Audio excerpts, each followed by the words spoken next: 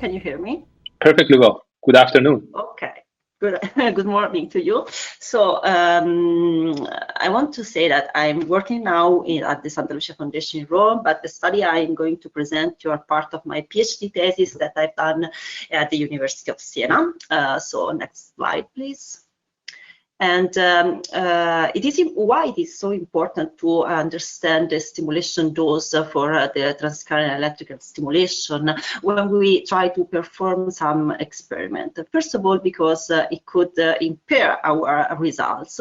And so we have to take in mind that the stimulation dose depends on several parameters that could be parameters related to the shape of the electrodes and parameters related to the kind of stimulation we are done. For example, we can say a different kind of stimulation, for example, direct current stimulation, alternating current stimulation, or random noise stimulation could give different results in our experiment. So how so far the dose or the montages have been determined. Next slide, please. Basically, we're not determined.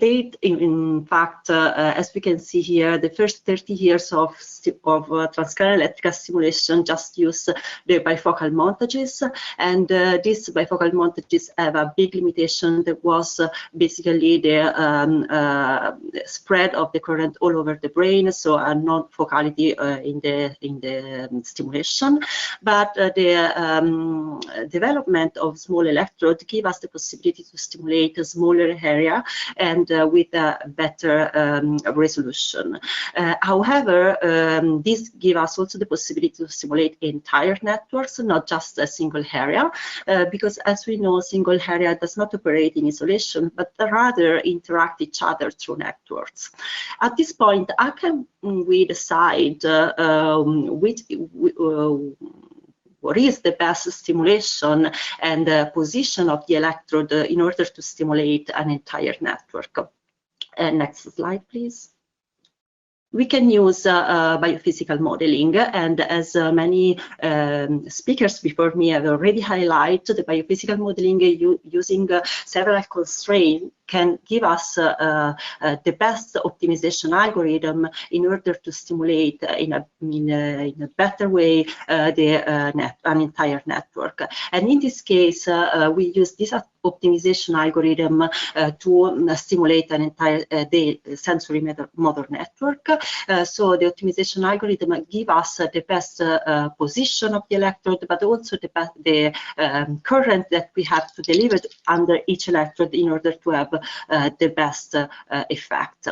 And next, please.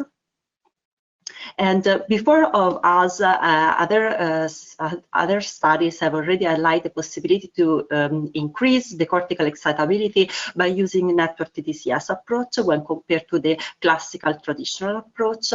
And this network TDCS approach was based on the resting state functional connectivity of the sensory motor network.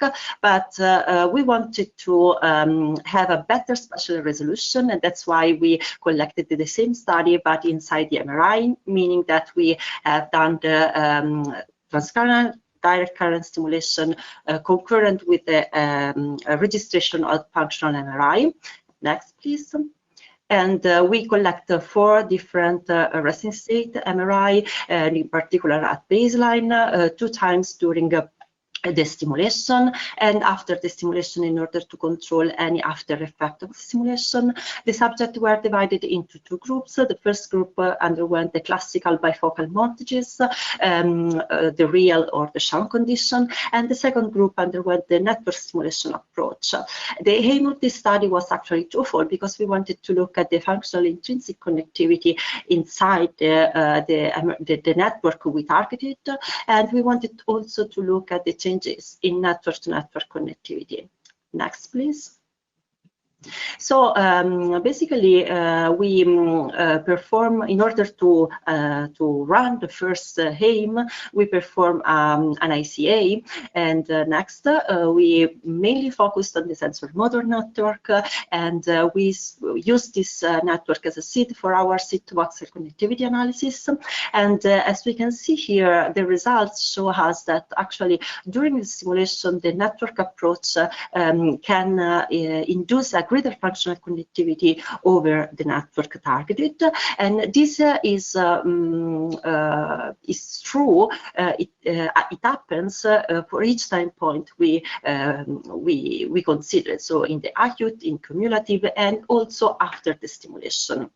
And actually, there is no an increase of functional connectivity in an exponential way, but rather this increase of functional connectivity remains stable during time. And next, please. Then we wanted to look also at the impact of this stimulation approach to network functional connectivity. So basically what we have done, we look at the cluster of negative correlation to the sensory motor cortex, highlight here in blue, and we extract this value at baseline and then for each time points. And as we can see here, at the network, when the subject performed the network DCS approach, this approach can interact with the negative correlation between these two clusters, and in particular this is true for the real stimulation but not for the sham stimulation, of course, and is real for all the time points that we collected. And even if these results are pretty preliminary due to the small sample size, these results are in line with previous studies as proposed method for optimized stimulation based on resting state functional connectivity maps and using multi-channel approach. And because this could help us in have a better stimulation efficacy when compared to non-informed montages. And I want to thank you, all of you, for your attention, and Hamed for inviting me. Thank you.